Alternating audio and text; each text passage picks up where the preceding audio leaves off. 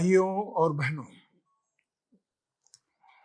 हम परम पूज्य बाबा साहब डॉक्टर अंबेडकर की लिखी भगवान बुद्ध और ये किताब अध्ययन के तौर पर पढ़ रहे हैं। कल हमने देखा कि परिव्राजक जो हैं इनके साथ बुद्ध का क्या वार्तालाप हुआ, वो किस तरह से बुद्ध की शिक्षा को मान गए और उन्होंने अपनी कौन सी प्रतिक्रियाएं व्यक्त की, ये हमने पिछली बार देखा है। धर्म का जो उद्देश्य बुद्ध ने उनको बताया था वो उनको बिल्कुल सही लगा कि दुख को दूर करना ये धर्म का उद्देश्य है। ये बात उनको बिल्कुल जज गई। फिर मिथ्या विश्वासों से दूर रहना ये धर्म की शिक्षा है, ये भी बात उतनी ही सही थी जो उनको बिल्कुल पसंद आई। ईश्वर ही धर्म था बुद्ध का, ईश्वर से कोई लेन देन नहीं है, कल्पनाओं पर आधारित उनका शिक्षा नहीं थी। लेकिन मनुष्य की जो जीवन जीते हुए सामाजिक आवश्यकताएं होती हैं उनकी पूर्ति की बात भी बुद्ध धर्म में आई है। तो ये भी पारिवारिकों को उनको बहुत ही अच्छा लगा।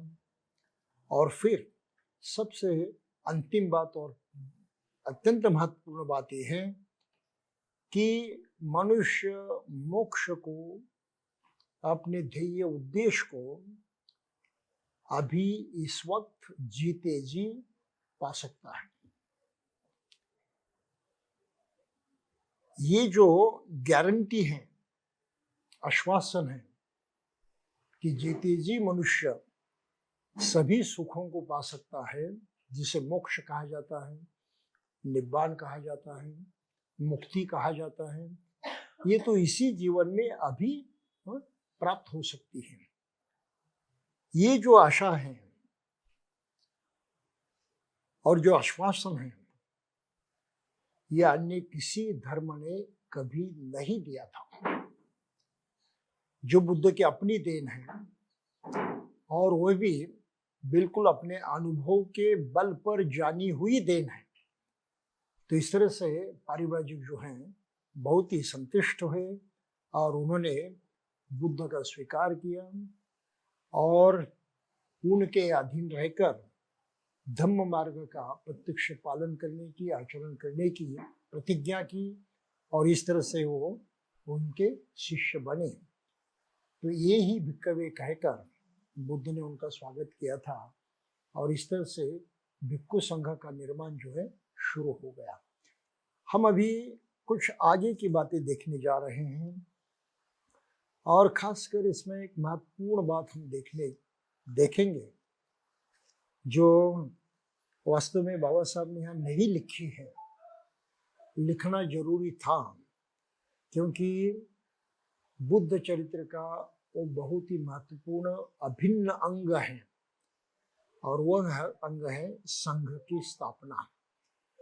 क्योंकि बुद्ध धम्म संघ ये तीन आदर्श बुद्ध की शिक्षा में सबसे श्रेष्ठ आदर्श माने जाते हैं और जिनका शरणगमन लोग करते हैं, तीनों का एक साथ स्वीकार करने के पश्चात ही कोई बौद्ध कहलाया जाता है। तो इस संघ की स्थापना किस तरह से हुई, ये बात बाबा साहब ने अपनी किताब में नहीं लिखी है, वो भी हम जाते जाते देखेंगे। तो हुआ क्या,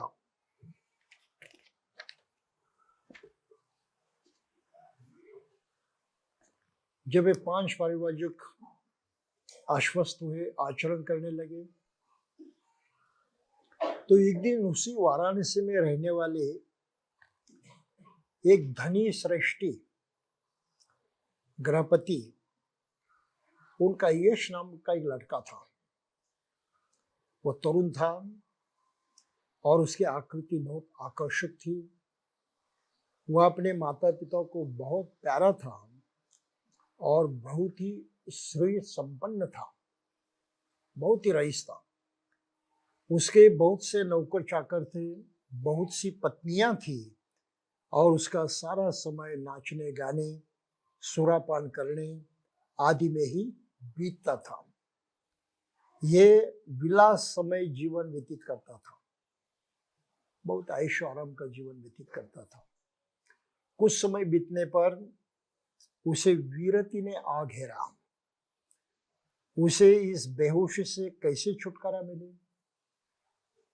क्या जो जीवन वह व्यतीत कर रहा था, इससे कोई श्रेष्ठतर जीवन भी था?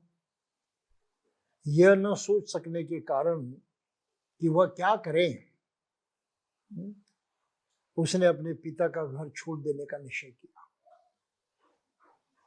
और एक रात उसने अपने पिता का घर छोड़ दिया और यूं ही भटकने लगा। वो घूमता घूमता ऋषिपत्तन की ओर ही चला गया, जिस तरफ सारनाथ है, ऋषिपत्तन है। क्लांति के मारे वो एक जगह बैठ गया और बैठा बैठा अकेले ही जोर जोर से बड़बड़ाने लगा, मैं कहाँ हूं, कौन सा रास्ता है, ओह कितनी परेशानी है, ओह कितना दुख है।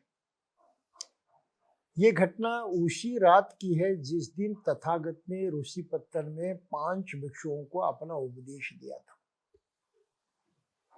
और उनके शिष्य बन गए थे। ठीक उस समय जब यश ऋषिपत्तन की ओर बढ़ा आ रहा था, तथागत जो कि ऋषिपत्तन में ही विराजमान थे, सुबह बहुत सवेरे उठकर खुली हवा में टहल रहे थे, जिसको चंक्रमण कहा जाता है। वो चंक्रमण कर रहे थे, जिसको आधुनिक भाषा में वॉकिंग मेडिटेशन कहा जाता है। चंक्रमण वो केवल टहलने की बात नहीं है, वो भी साधना की बात है। और तथागत ने देखा कि इस प्रकार के दुखद वचन कहता हुआ ये यश कुलपुत्र चला आ रहा है। और तथागत ने उसकी दुख भरी आवाज सुनकर कहा, कहीं कोई परेशानी नहीं है, कहीं कोई दुख नहीं है, मैं तुझे रास्ता दिखाऊंगा। जब तथागत ने यश कुलपुत्र को अपना उपदेश दिया, तब वो बहुत ही खुश हो गया। और जब ने सुना, बहुत हर्षित हुआ, वह प्रमुदित हुआ। उसने अपने सुनहरे जूते छोड़ दिए और जाकर तथागत के पास बैठ उन्हें नमस्कार किया। बुद्ध के वचन हृदयंगम कर यश ने तथागत से प्रार्थना की कि वह उसे शिष्य के रूप में स्वीकार करे।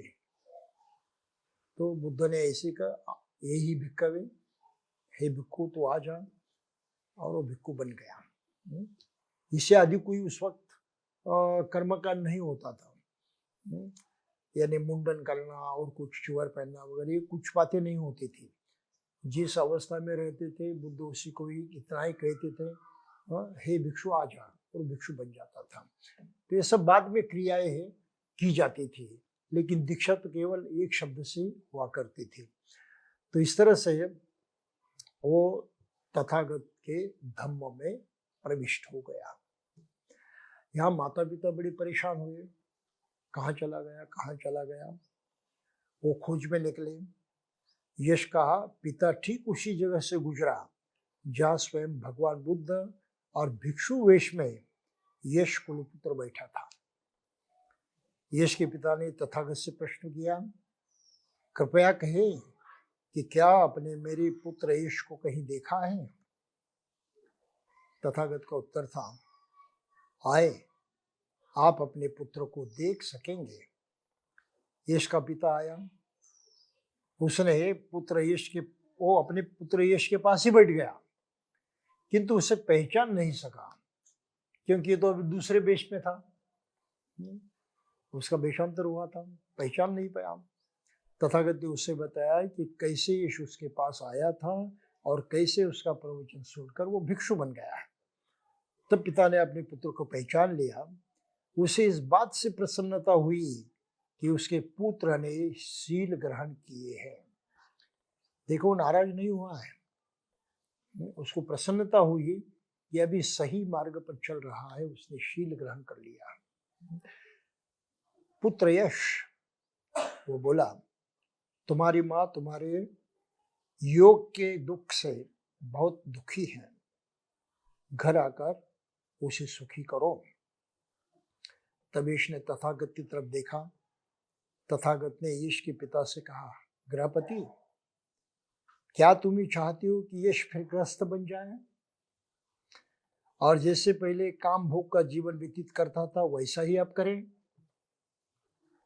इसके पिता ने उत्तर दिया, यदि मेरे पुत्र यश को आपके साथ रहना ही अच्छा लगता है तो वह आपके साथ ही ठहरे। यश ने एक भिक्षु ही बने रहना ठीक समझा। विदा लेने से पहले यश के पिता ने कहा, भिक्षु संग सही तथागत मेरे घर पर भोजन करना स्वीकार करे। और फिर चीवर धारण कर भिक्षा पात्र हाथ में ले यश कुलपुत्र सहित तथागत यश गृहपति के घर पहुंचे। तो पहले तो 5 भिक्षु थे, ये अभी छठा आ गया। उसके भोजन के लिए वो चले गए वहां पर। घर आने पर माँ और यश कुलपुत्र की पूर्व भार्या ने भी तथागत के दर्शन किए। भोजनांतर तथागत ने यश गृहपति के परिवार के लोगों को धर्मोपदेश दिया। वे बहुत प्रमुदित हुए और उन्होंने तथागत की शरण ग्रहण की।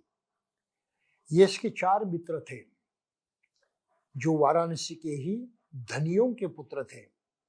उनके नाम थे विमल, सुबाहु, पूर्णजित और गवमपति। जब यश के मित्रों ने सुना कि यश ने बुद्ध और उनके धर्म की शरण ग्रहण की है तो उन्हें लगा कि जो बात यश के लिए अच्छी है वही उनके लिए भी अच्छी होगी। तो ये 5 भी बुद्ध के पास गए और उनके शिष्य बन गए। तो यश ने स्वीकार किया और भगवान से प्रार्थना की, कृपया इन मेरे 4 मित्रों को धर्मोपदेश देकर कृतार्थ करे। भगवान ने स्वीकार किया। यश के मित्रों ने भी धर्म की दीक्षा ग्रहण कर ली।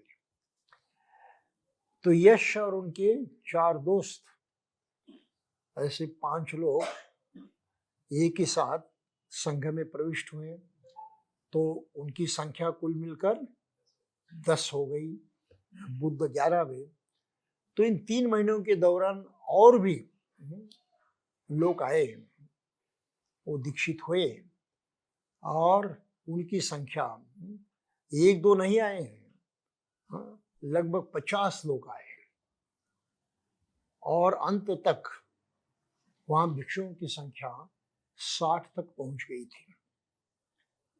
तो 60 भिक्षु बुद्ध के साथ वहां ऋषिपत्तन में मृगदा वन में रहते थे और वर्षवास समाप्त हो गया। तो जमाना इस तरह से था कि जो श्रमण थे, सन्यासी थे, गृह छोड़कर परिव्राजक बनकर जंगलों में घूमते थे सत्य ज्ञान की खोज करने के लिए या तपश्चर्या करने के लिए। तो बरसात के दिनों में तो उन्हें बलत कहीं एक जगह रहना पड़ता था, बगैर उसके तो काम नहीं चलता था। तो एक जगह सब रहते थे।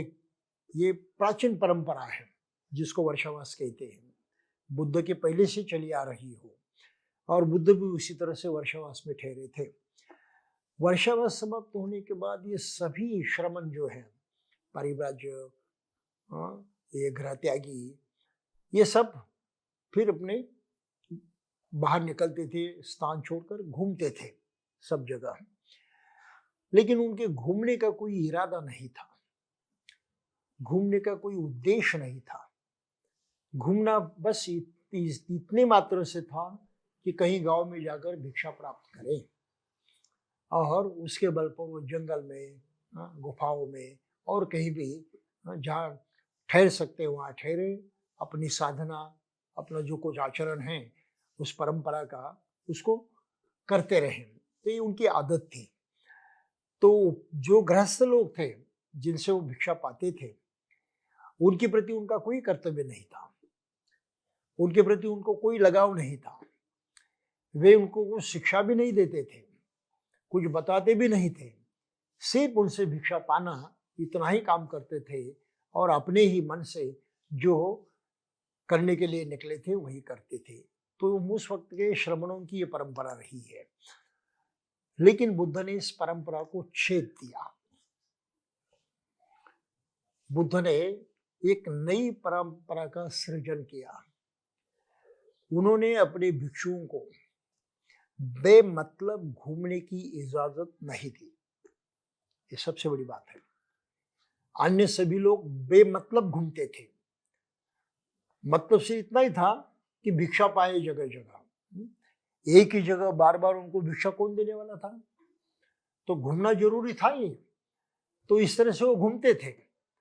लेकिन बुद्ध ने वही प्रणाली को जारी रखते हुए भिक्षुओं को और ज्यादा जिम्मेदारी सौंप दी। उन्होंने कहा कि तुम्हें ऐसे ही भ्रमण नहीं करना है।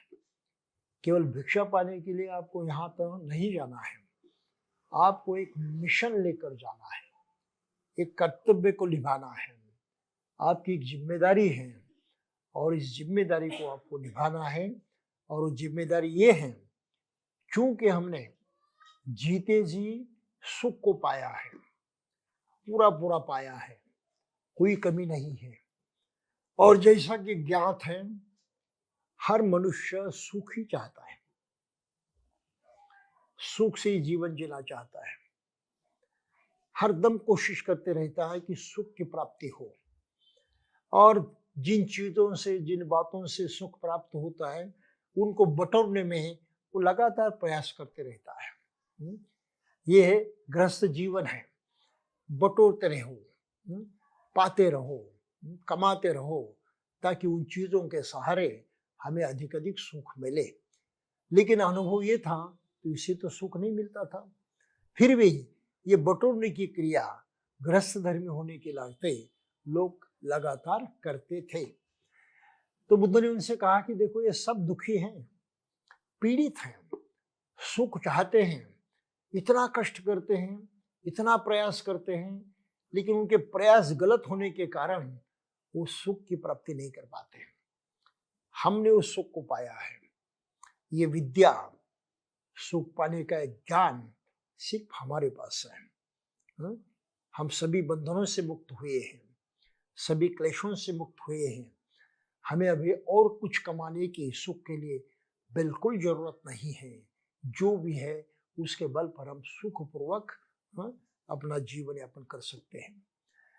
तो चूंकि सभी जनता सुख चाहती है, हर मनुष्य सुख के लिए तड़पता है और वो सुख हमारे कब्जे में है, हमारे हाथ में है, तो हमारा एक कर्तव्य ठहरता है कि हम लोगों को वो विद्या दे, वो ज्ञान दे, जिसके कारण उनको सुख पहुंचे। तो बहुत भारी जिम्मेदारी थी। ये बुद्ध की करुणा थी आम जनता के प्रति, वैसे तो सभी प्राणी मात्रों के प्रति।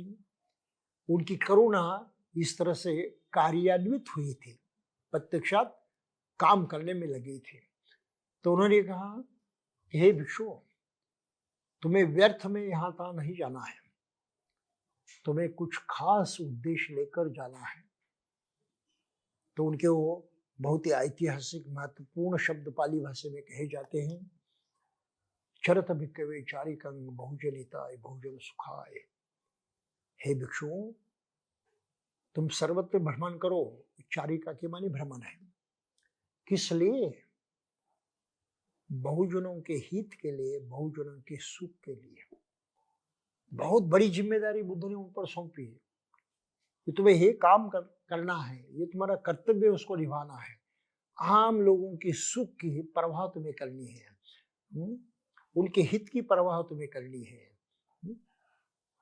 इस उद्देश्य से आपको घूमना है, यत्र तत्र जाना है, केवल भोजन मात्र पाने के लिए नहीं। तो इतिहास काल में पूरे मानव जाति में सर्वप्रथम बुद्ध ने ऐसे समाज सेवी लोक निर्माण किए और उनका संगठन स्थापित किया, जिसको संघ कहा जाता है। मानव जाति के इतिहास में ये बहुत ही अनोखी घटना थी।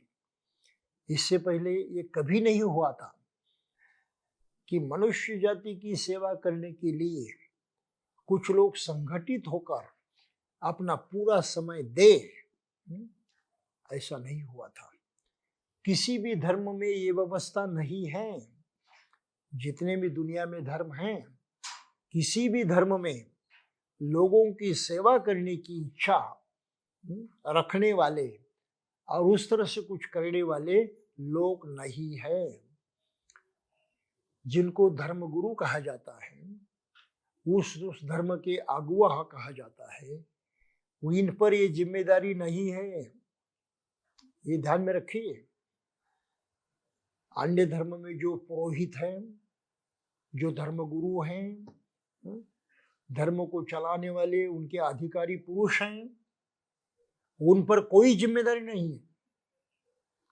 लोगों के सुख या दुख की कोई जिम्मेदारी नहीं है। वो पूरी तरह से लोगों से हटकर दूर है।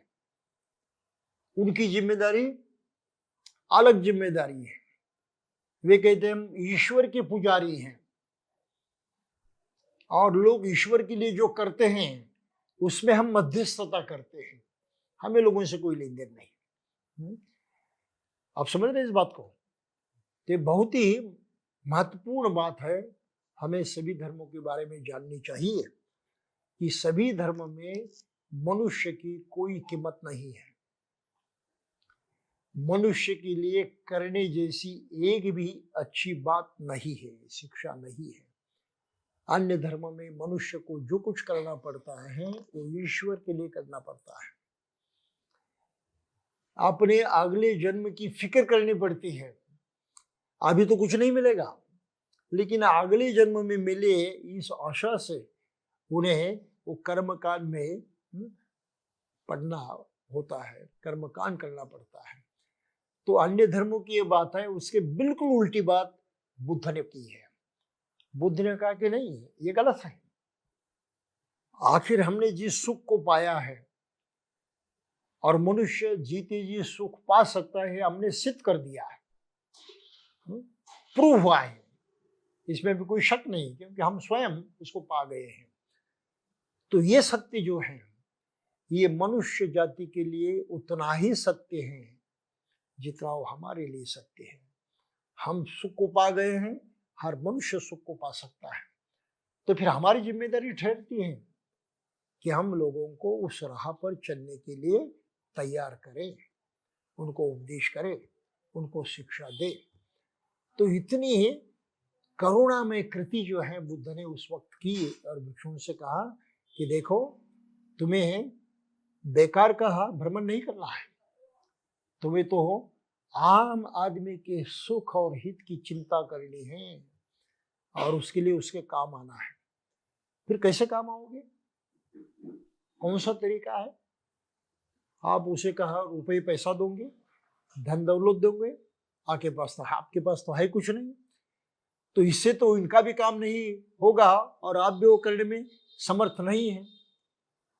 तो ये काम करने के लिए समर्थ है हमारा ज्ञान, हमारी विद्या, हमने जो पाया, बस वही ज्ञान उनको देना है।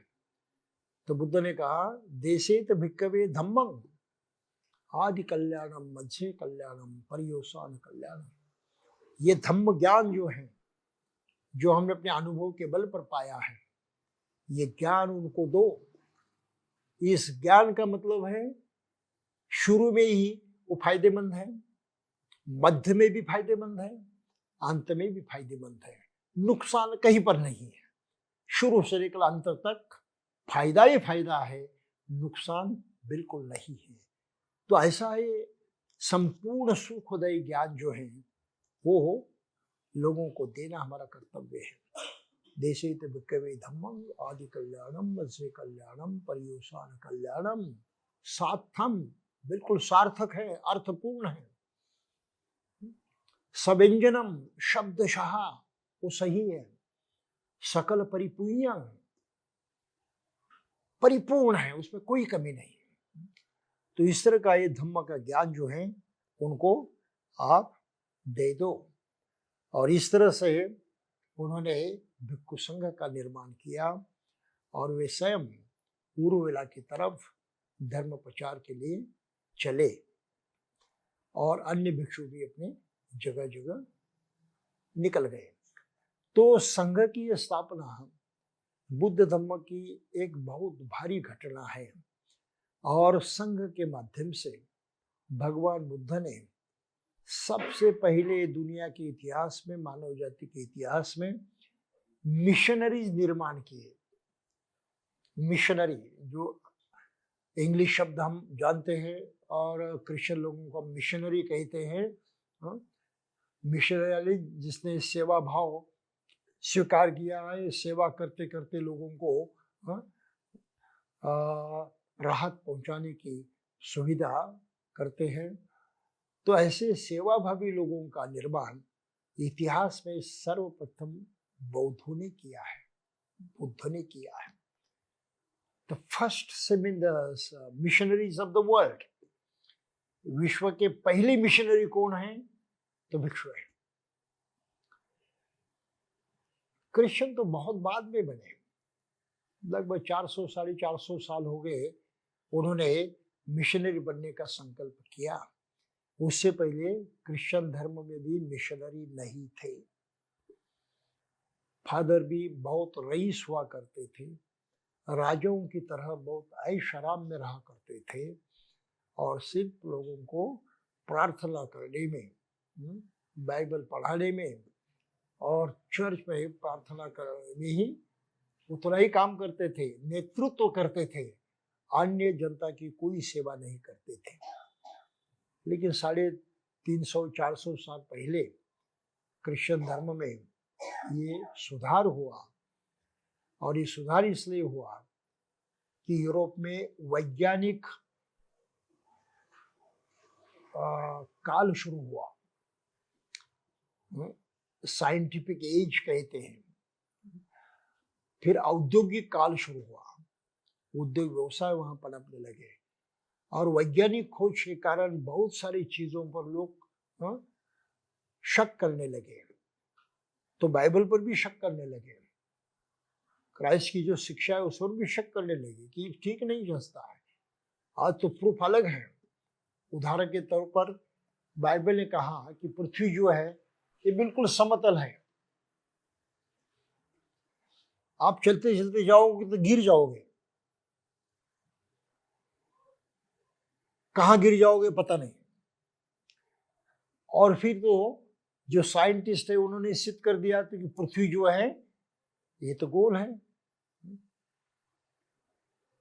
तो इसके बिल्कुल खिलाफ बाइबल में लिखा है और वो भी ईश्वर की वाणी है, ईश्वर के शब्द माने गए हैं। तो क्रिश्चियन लोगों ने उस पर विश्वास करना छोड़ दिया और फिर जो फादर लोग थे उनका जो बड़प्पन था, उनका जो अधिकार था समाज में, उसको भी वो चैलेंज करते रहे, आह्वान करते रहे।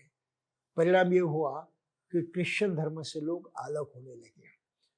तो जैसे क्रिश्चियन धर्म की ऐसी हानि होने लगी, तब इग्नेशियस लॉयोला नामक एक फादर बने जिन्होंने इसमें सुधार किया और उन्होंने क्रिश्चियन फादरों को कहा कि भाई ये जीवन जीना जो है छोड़ दो, आप सरदार हैं, अमलदार हैं, राजा जैसे रहन सहन रखते हो, ये बंद करो, इससे काम नहीं चलेगा। जनता भी छोड़ रही है हमको, उनको दोबारा अपने साथ रखने के लिए, आकर्षित करने के लिए अभी उनकी सेवा करना शुरू करो।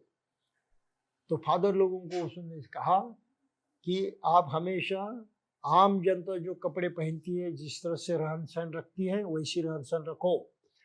सिर्फ चर्च में अपने फादर का ड्रेस पहनना है, वो प्रार्थना करते वक्त, अन्य समय आम जनता की तरह आपको रहना है। तो ये सुधार उसने किया और तब से क्रिश्चियन धर्म में मिशनरी बने, उनको मिशनरी कहने लगे।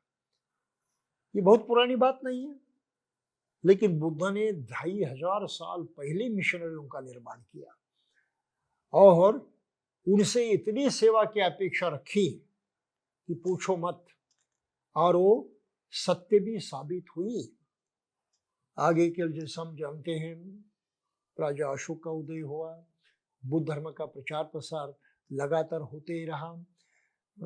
कई भिक्षु ने किसको रुपए पैसे नहीं बांटे, किस पर कोई अधिकार नहीं जताया, किसी पर तलवार नहीं उठाई, डंडे नहीं उठाई, कोई आमिष नहीं दिया। उन्होंने बिल्कुल प्यार के साथ उन्होंने जीत लिया, धम्म के सत्य के बल पर उनको जीत लिया, और बुद्ध का धर्म जो दुनिया में फैलते गया, ये इतिहास है।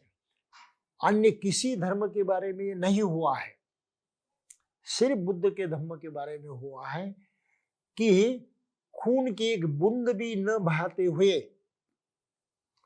बुद्ध का धर्म दुनिया भर फैल गया। अन्य धर्मों का इतिहास कुछ अलग है, लड़ाई है, झगड़े हैं, मारकाट है, जबरदस्ती है, आमिष है, क्या नहीं है। तो ऐसे बिल्कुल गलत ढंग के माध्यम से बहुत सारे धर्मों का प्रचार हुआ, जबरदस्ती से।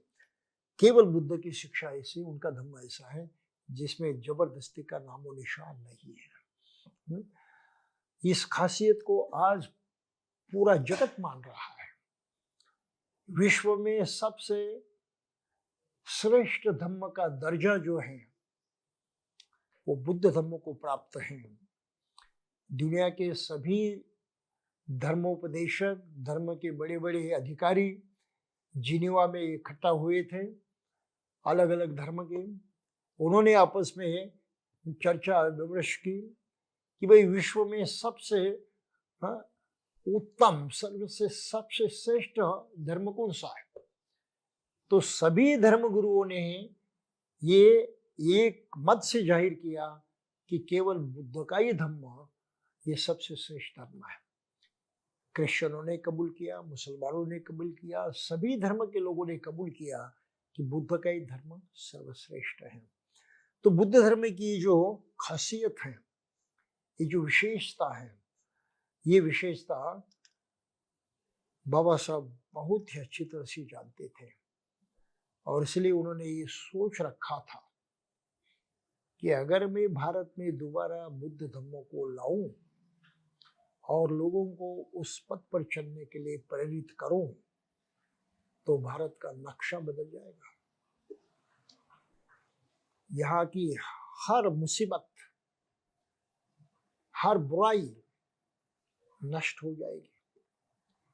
लेकिन इस पथ पर चलना जरूरी है। और ये बहुत ही क्रांतिकारी समझ उनकी थी, सोच थी। उस क्रांतिकारी सोच को समझते हुए ही बाबा साहब का बुद्ध धर्म का स्वीकार ये धम्म क्रांति कहलाता है। आज भी हम उसको धम्म क्रांति के नाम से जानते हैं। प्रत्यक्षात क्या करते हैं वो बात अलग है, लेकिन कम से कम इतना तो मानते हैं कि बाबा साहब ने धम्म क्रांति की है। उस क्रांति को आगे बढ़ाने की जिम्मेदारी हम सभी लोगों की है। लेकिन हमने अगर बुद्ध धर्म के इस इतिहास को सही ढंग से नहीं जाना, और बुद्ध ने किस तरह से मानवता का सहारा लेकर मनुष्य के जीतने का प्रयास किया, केवल जीतना ही नहीं लेकिन उसको सही ढंग से सर्व सुखी बनाने का प्रयास किया, उससे अतिरिक्त, उससे अधिक मनुष्य जाति को और कुछ नहीं चाहिए। और ये देने की क्षमता जो है ये बहुतों में होनी चाहिए। तो इस तरह से बुद्ध की शिक्षा फैलती गई। तो आगे चलकर बाबा साहब ने यहाँ ढेर सारे लोग किस तरह से बुद्ध की शिक्षा को मान गए और बुद्ध के रास्ते पर चलने लगे। हम कहते हैं आधुनिक भाषा में कि बुद्धिस्ट बन गए। ये कहानियां की है। क्या कहते हैं, कश्यप बंधुओं की धर्म दीक्षा। तो बुद्ध जब उरुवाला पहुंचे तो उरुवाला में ये 3 जटाधारी भिक्षु थे, श्रमण थे, कर्मकांड करने वाले, यज्ञ करने वाले, अग्निहोत्र जिसे कहते हैं कि हमेशा अग्नि जलाते रहे, उसको कभी बुझने नहीं देना है और उसका अनुष्ठान करना है, नहीं उसके पास बसकर हमेशा उसको जलाते रहना है, बुझने नहीं देना है। तो इस प्रकार की जो साधनाएं लोग करते थे उनको अग्निहोत्री कहा जाता था। वो जटाधारी भी थे और जंगल में रहते थे बस यज्ञ करते रहते थे, अग्नि जलाते थे। तो ऐसे 3 काश्यप थे, 3 भाई थे। और हर भाई के पास लगभग 500 शिष्य भी थे। तो काफी ताकतवर थे, उनको दान भी बहुत मिलता था, लोग मानते भी बहुत थे, इतनी संख्या में वो रहते थे। तो एक जो है, एक उरुवेल कश्यप था। उरुवेल जो नदी उरुवेल उसके किनारे रहता था, तो उरुवेल कश्यप के नाम जाना जाता था वो। फिर दूसरा एक नदी के किनारे रहता था, वो नदी काश्यप माना जाता था। वो तीसरा गया में रहता था, उसको गया काश्यप माना जाता था। बुद्ध क्रमशः उनके पास गए। हम इस पूरी कहानी नहीं देखेंगे, संक्षिप्त में उसको जानने की कोशिश करेंगे। बुद्ध उनके पास पहुंचे, उनका जो आचरण व्यवहार था उनको देखा और उनको अपने इस सत्य धर्म के बल पर जीत लिया और अपने सभी अनुयायियों के साथ वे बुद्ध के शिष्य बने। और इन सबों को लेकर वो राजगृह पहुंचे। राजगृह में पहुंचकर भी लोगों को लगा कि ये इतने सारे लोग किसके शिष्य हैं। उर्वेला काश्यप, नदी काश्यप, गया काश्यप तो बहुत सुप्रसिद्ध थे, लोगों के लिए शायद उनके ही शिष्य होंगे। लेकिन ये शंका उनके मन में पैदा होती ही ये तीनों काश्यप भाई जो है वो उठ खड़े हुए, बुद्ध के समक्ष गए और उनको प्रणाम किया। जैसे उन्होंने प्रणाम किया, आम जनता समझ गई कि ये बुद्ध के शिष्य हैं, ये अभी अलग नहीं है। तो बुद्ध की ऐसी महती जो है बिल्कुल बढ़ते रही और उनको ढेर सारे लोग मिलते गए। अब होता क्या था कि जो भिक्षु बनने की चाहत रखता था वो कहता था कि भिक्षु बनते भगवान मुझे आजन्म भिक्षु के रूप में ग्रहण करो। तो बुद्ध उनको यही भिक्खवे कहते थे, वो भिक्षु बन जाता था। लेकिन कुछ लोग भिक्षु नहीं बनना चाहते थे, गृहस्थ ही रहना चाहते थे, तो वो भी कहते थे कि भगवान मैं तो बहुत प्रसन्न हुआ हूँ, मेरी आंखें खुल गई है। वो खास भाषा है, पाली त्रिपिटक में अनेक जगह है इसका प्रयोग किया गया है कि बुद्ध का प्रवचन सुनने के बाद, उनकी बातें सुनने के बाद लोगों पर किस तरह से परिणाम हुआ करता था। हर आदमी यही भाषा करता था, आहा भगवान अति सुंदर, बहुत ही सुंदर, मेरी आंखें खुल गई हैं। अंधेरे कमरे में कोई दीपक जलाए और वहां की हर चीज स्पष्टता दिखाई दे, ऐसी मेरी स्थिति हो गई।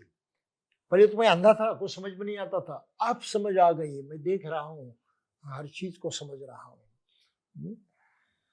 जैसे उल्टी चीज को कोई सीधा करके रखे और तब हम उसकी असलियत को सही पहचान सके, ऐसी मेरी स्थिति हो गई है। पहले तो मैं उल्टा ही देखता था, उल्टा ही समझता था, अब मैं सीधा सोचने लगा हूँ, सीधी बात समझने लगा हूँ। तो इतना चमत्कार हुआ है, ये अद्भुत हुआ है। तो भगवान मैं आपका शरणागत उपासक बनना चाहता हूँ, मेरा स्वीकार करे। तो बुद्ध उनको मौन रहकर स्वीकार करते थे, उनकी कोई दीक्षा नहीं होती थी। लेकिन जो कहते थे कि भगवान मुझे अपने शरणागत भिक्षु बनाए, शिष्य बनाए, तो बुद्ध उसको यही भिक्खवे कहते थे और भिक्षु बन जाते थे। तो इसी तरह से बहुत ही अच्छी कहानी जो है कि बुद्ध के धम्म में ये जो सबसे पहले 60 लोग प्रविष्ट हुए, जिसका बुद्ध ने संघ प्रस्थापित किया, ये 60 लोग सभी अरहत पद को प्राप्त हुए थे। यानी बुद्ध का अपना निजी अनुभव जो था दुख से मुक्त होने का, वो अनुभव उन्होंने पाया था, अनुभव किया था और वे स्वयं दुख से मुक्त हुए थे। तो बहुत बलशाली थे, ताकतवर थे, ज्ञानी थे, क्योंकि प्रकृति का वो सब ज्ञान उनके पास थे। तो उनका बहुत प्रभाव था लोगों पर। जहां कहीं भी जाते थे उनकी ओर देखते ही लोग आकृष्ट हुआ करते थे, उनकी वाणी सुनकर उनके शिष्य बन जाते थे। तो इतनी ताकत उस भिक्षुओं में थे। ऐसी एक कहानी इसमें आती है जो सारीपुत्र मौदगल्या की धर्म दीक्षा की कहानी है।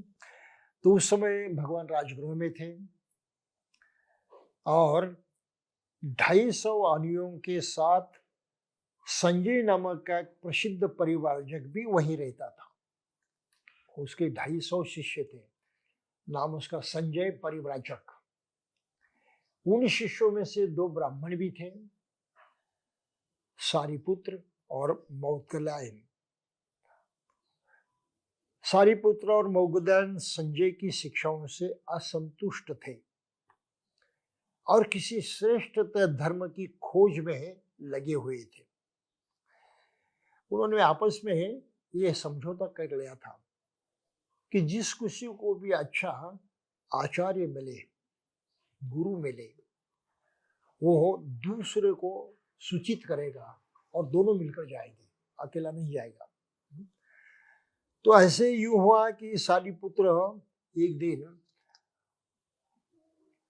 घूम रहा था तो उसने पंचवर्गीय भिक्षु में से भिक्षु अश्वजीत को सुबह सुबह देखा।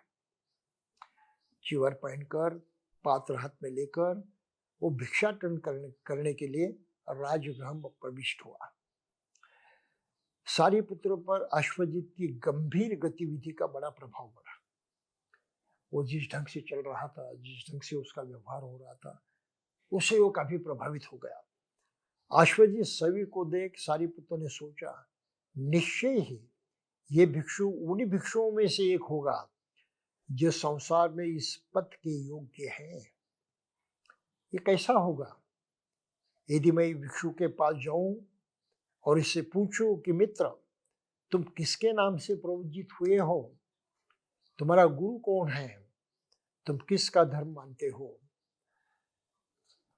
तो इस तरह से उसने सोचा और फिर उसने बाद में सोचा कि ये समय भिक्षु से कुछ पूछने का नहीं है।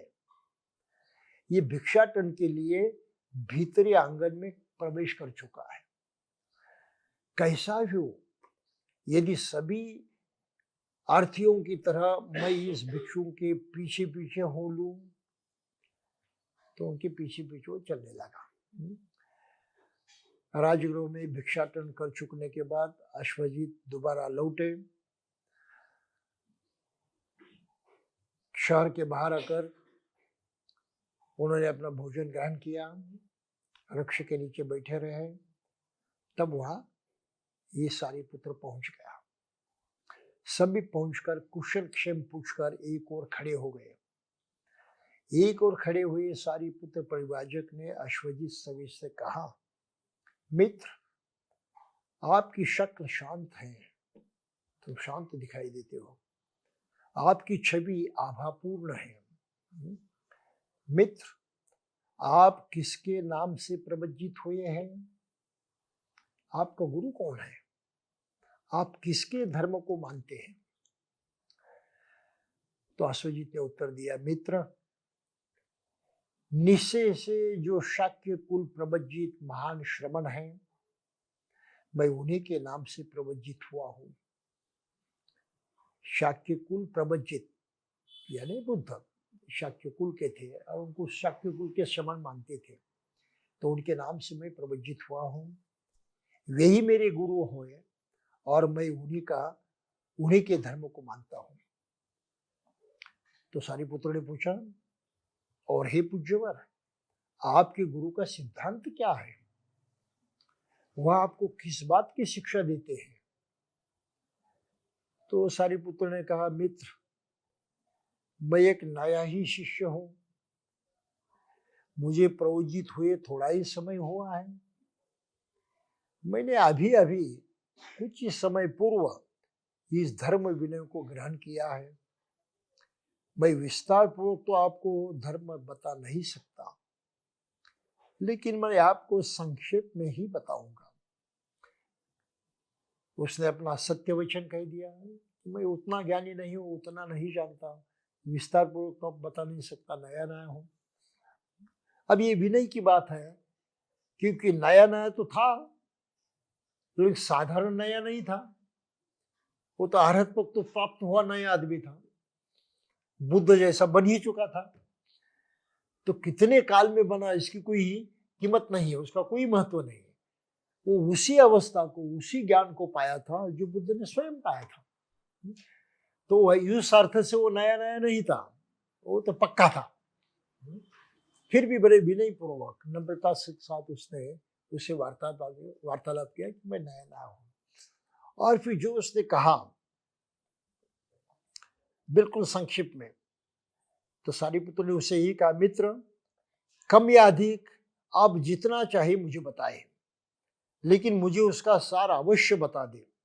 मैं सारी चाहता हूं, बहुत से शब्दों को लेकर क्या करूंगा। तो सारिपुत्र बड़ा ज्ञानी था, उसने उस वक्त का जो ज्ञान था वो सभी आत्मसात किया था। संजय के साथ रहता था, उससे संतुष्ट नहीं था, और वो तो मुझसे बढ़कर ज्ञान की खोज में था ही। तो वे अश्वजीत की बात सुनकर उसको और भी प्रभावित हो गया कि कितना सरल आदमी है, कहता है साफ साफ कि मैं जानता हूँ, लेकिन उतना नहीं जानता और इतने विस्तार पूर्वक नहीं बता सकता जितना तुम चाहते हो। मैं संक्षिप्त में बता सकता हूँ। तो उसे देख ले कि इसमें कितना कॉन्फिडेंस है, कितना विश्वास है अपने पर, और कहने के लिए बिल्कुल समर्थ है। तो हो सारिपुत्र पहचान गया, उसकी क्षमता को जान गया कि सही में योग्य आदमी है। तो हो फिर उसने विनती की कि चाहे कितना भी संक्षिप्त हो, लेकिन मुझे बताओ। बिल्कुल आतुर हो गया जानने की, उसमें जिज्ञासा जो है बहुत बढ़ गई। तब अश्वजित ने सारिपुत्र को तथागत की शिक्षाओं का सार बताया, जिससे सारिपुत्र का पूर्ण संतोष हो गया। क्या बताया अश्वजित ने? वो पाली में बहुत ही मशहूर वचन है और धम्म प्रचार में उसका बहुत बार प्रयोग किया जाता है। अश्वजित ने उनको सिर्फ 2 पंक्तियां बताई, ये धम्मा हेतु पभवा। बुद्ध ने जो धम्म दिया है ये कारण परंपरावश है। ये धम्मा हेतु पभवा, हेतु तेसंग तथागत आहा। तथागत ने उसका हेतु, कारण जो जान लिया है। ये धर्म कारण पर आधारित है, बगैर कारण के नहीं। और बुद्ध ने उसका कारण जान लिया है। ये धम्मा हेतु बभ्वा, हेतु तेसंग तथागत आहा। ये संचयो निरोधोच। ये जो कारण है, ये कारण को बढ़ावा भी दिया जाता है, कारण को रोका भी जाता है। ये संचयो निरोधोच एवंवादी महासमनो। तो मेरी जो महाश्रमण है, मेरे जो गुरु हैं, उन्होंने बस इतना ही कहा है। बस 2 पंक्तियों में उसने बता दिया। और इतना सुनते ही सारिपुत्र जाग गया, अरे कुछ तो कुछ है। ये गुरु है जो कारण की बात करता है, कारण परंपरा की बात करता है, और उस कारण को कैसे जानना है, कैसे रोकना है, कैसे बढ़ावा देना है, ये भी जानता है। तो निश्चय ये ज्ञानी मनुष्य है। केवल चंद शब्दों से पहचान गया। वो स्वयं ज्ञानी था, उसमें कोई शक नहीं था। केवल 2 पंक्तियों में समझ गया कि इसमें कुछ दम है। इससे पहले तो ये बात मैंने नहीं सुनी थी। तो तुरंत हो उसको धन्यवाद देकर अपने मित्र के पास पहुंचता हूँ, मोहनलाल के पास। उसने कहा चलो चलो चलो चलो, अभी रुकने के लिए समय नहीं है, हमको अच्छा गुरु मिल गया है। और उसने ये सब कहानी जो है उसको बताई। और दोनों जहां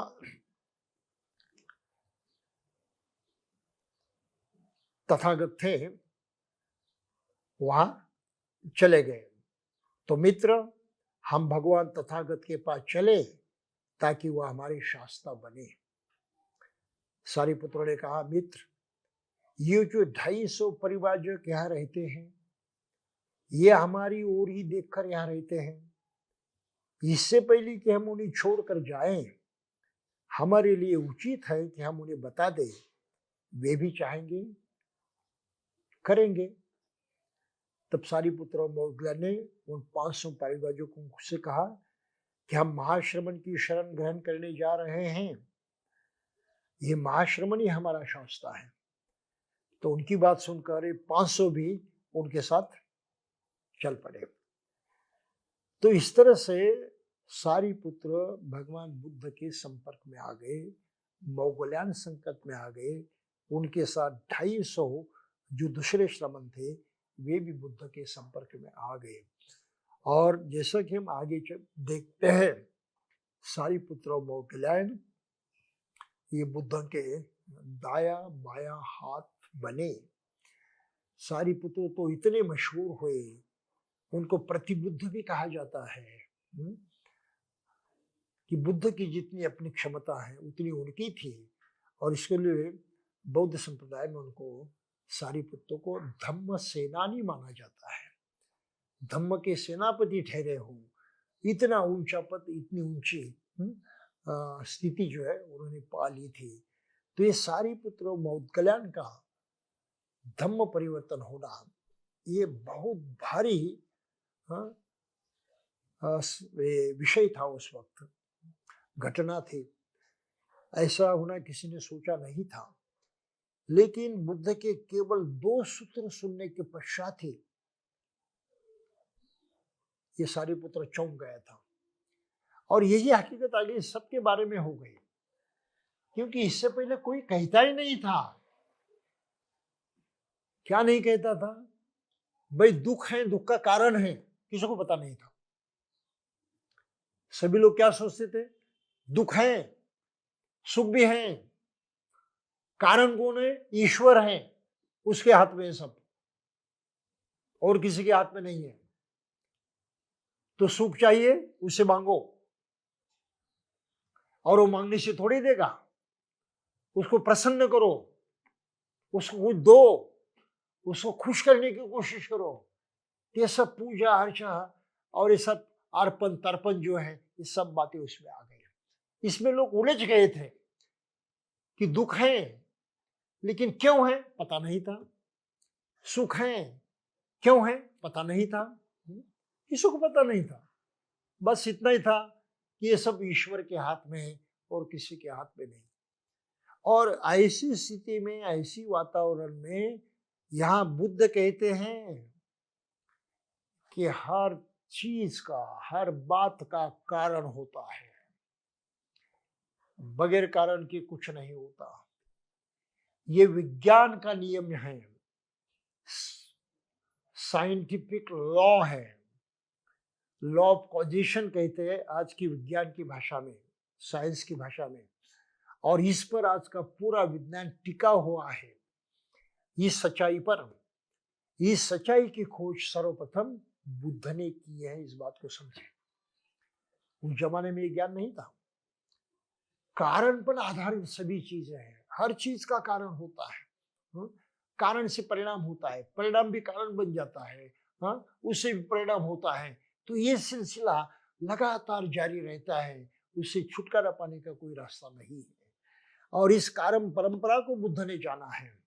बगैर कारण के विश्व में कुछ होता ही नहीं। इस सच्चाई को बुद्ध ने खोज निकाला है और इसका प्रयोग करते हुए उन्होंने अपने स्वयं के दुख को नष्ट कर दिया है।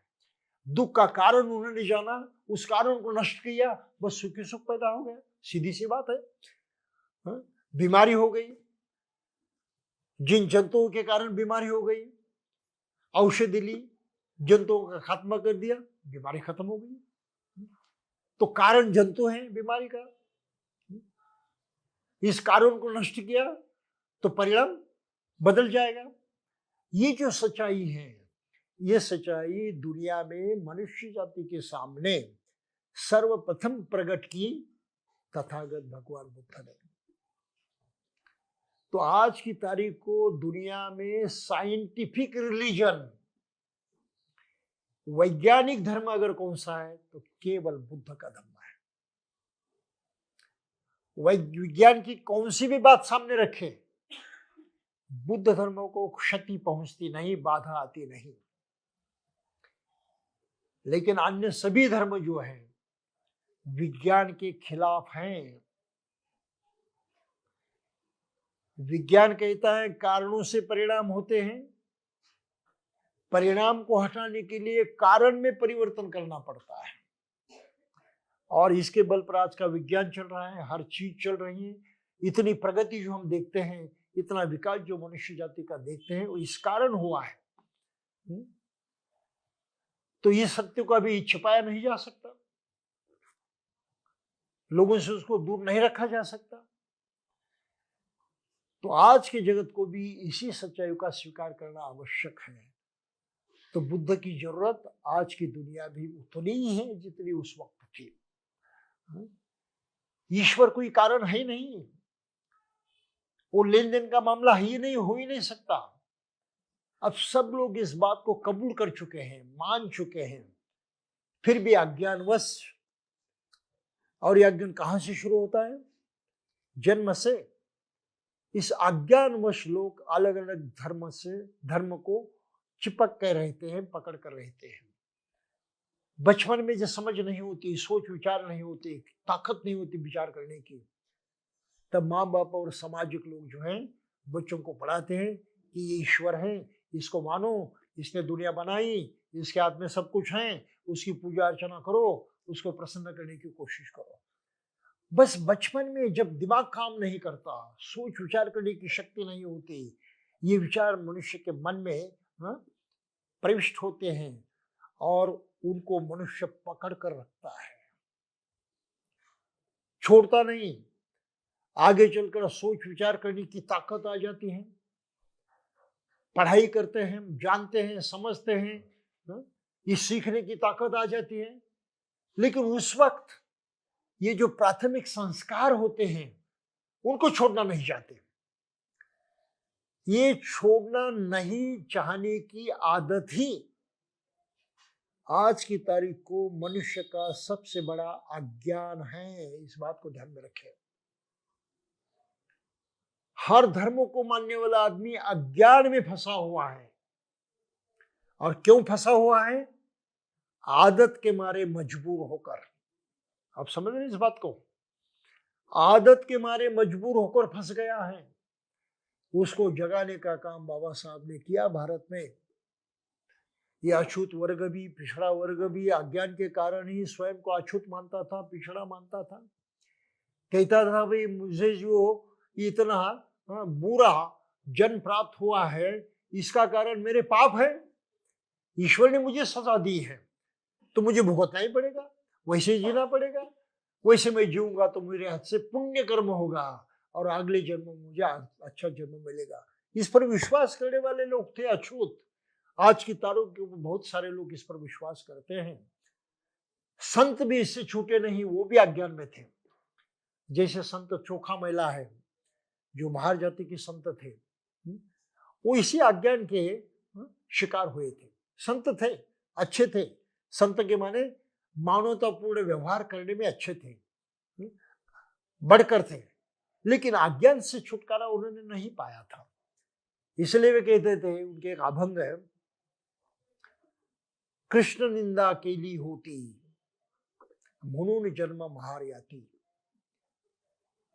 अपने एक अभंग में लेते हैं, पिछले जन्म में कृष्ण की निंदा मैंने की थी, ये पाप हुआ था, इसलिए मुझे महार जाति में जन्म मिला। तो बाबा साहब ने इन सभी बातों का धिक्कार किया।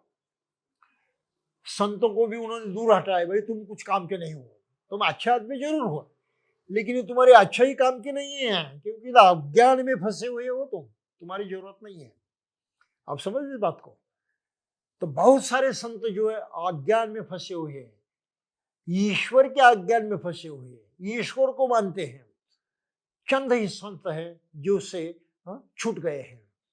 इसमें कबीर है, जिसने ईश्वर का पूरी तरह से त्याग कर दिया। इसमें संत तुकाराम है, जिन्होंने ईश्वर का पूरी तरह से त्याग किया, लेकिन उनके भक्त आज भी उनको विठल के शिष्य मानते हैं, अनुयायी मानते हैं। ये सब गलत परंपराएं हैं, हमें उसकी खोजबीन करने की आवश्यकता नहीं है। हम सिर्फ इतना ही जाने कि बाबा साहब ने इस समाज का जागृत किया, पहले चमदार तालाब का सत्याग्रह करते हुए। ये समझता नहीं अच्छू तो तालाब को मैं स्पर्श करूंगा तो भ्रष्ट हो जाएगा, उसमें कीटाणु बन जाएंगे, मानता था। बाबा साहब ने करके दिखाया, कुछ नहीं होता, तुम्हारे स्पर्श करने से कुछ नहीं होता, पानी पानी आखिर पानी जो है। कि लोगों ने साजिश रखी है तुम्हारे खिलाफ, तुम पर अन्याय कर रहे हो। तभी अछूत जो है जागृत हुआ, अरे तो बात सही है, बाबा साहब ने तो करके दिखाया। फिर कालाराम मंदिर का सत्याग्रह किया। अरे उसके अंदर तो सिर्फ मूर्ति है, वो पत्थर की है, उस पर कोई परिणाम होने वाला नहीं है। अगर ईश्वर है और हम उसका दर्शन करने जाते हैं तो उसने स्वागत करना चाहिए भक्तों का। लेकिन ये पत्थर अंदर बैठा हुआ है और उसके दो दलाल है, ये दरवाजे बंद करके बैठे हैं। ये दरवाजे खोलने की ताकत भी उस मूर्ति में नहीं है। किस पर विश्वास करते हो तुम? किसको सत्य मानते हो? एक पत्थर हो? तब लोगों की आंखें खुल गई। अरे बाबा साहब कहते बिल्कुल सही है। और तब उन्होंने धर्मांतर करने की बात सोची। क्या सिखाया बाबा साहब ने लोगों को? बाबा साहब ने यही सिखाया, कार्य कारण भाव। जो कुछ होता है हर बात के पीछे कारण होता है। तुम्हें अछूत माना गया, इसके पीछे कारण है। ये तुम्हारा गैर फायदा उठाना चाहते हैं, तुमको दबोच कर रखना चाहते हैं, तुम्हारे अधिकारों को हनन करना चाहते हैं। तो ये कारण बाबा साहब ने प्रकट किए। तब आदमी सोचने लगा कि नहीं, कारण से कुछ होता है, बगैर कारण से होता नहीं। कुछ हद तक उसकी अक्ल ठिकाने लगी और फिर बाबा साहब का आंदोलन जो है वो जोर पकड़ते आगे बढ़ते रहा। अब समझे इस बात को? अभी आज की तारीख को बाबा साहब को मानने वाले अगर इस तरह की सोच नहीं रखते हैं तो बहुत भारी गलती करते हैं, और इस गलती की कीमत उन्हें चुकानी पड़ेगी। और आज की तारीख को उन्होंने बहुत सारी कीमत चुकाई है। जो हक, जो अधिकार, जो इंसानियत के अधिकार बाबा साहब ने कमाए थे और जिसके बल पर ये समाज जो है इस स्थिति में आया है, इतनी प्रगति कर पाया है, इस अवस्था को पहुंच पाया है, वो सब हमने गवा दिया है। ये सब छीना गया है। शक्ति बढ़ताई जा रही है और ये समाज जो है अपने अधिकारों की, एक मानवीय अधिकारों की, न्याय की रक्षा भी नहीं कर पा रहा है। इसका विरोध करने के लिए भी उसके पास शक्ति नहीं रही है। तो ऐसी अवस्था में हमें दोबारा बुद्ध की तरफ देखना चाहिए, उनकी इस शिक्षा से कुछ सबक लेना चाहिए। अगर इस शिक्षा को अपनाकर हम दोबारा इकट्ठित होते हैं, संघ जैसे इकट्ठित होते हैं, तो अपने अधिकारों को दोबारा पाना हमारे लिए असंभव नहीं है। ये करने की सख्त जरूरत है और ये तभी होगा जब हम ईमानदारी से बुद्ध का स्वीकार करेंगे, हम ईमानदारी से धम्म का स्वीकार करेंगे, हम स्वयं ईमानदार बनेंगे। और हर आदमी ईमानदारी का रास्ता चयन करेगा। तो ये ईमानदारी हमको एक सूत्र में, एक संगठन में, एक ताकत में बांध देगी और तब कहीं हम मनुष्य के तौर पर अपना जीवन जीने के लिए लायक हो जाएंगे। तो मैं समझता हूँ इतनी बात आप जरूर ध्यान में रखें। आज के लिए इतना ही पर्याप्त है। आगे चलकर हम अन्य लोगों की दीक्षाएं कैसे हुई इनकी कुछ चर्चा करेंगे और फिर आगे बढ़ते रहेंगे।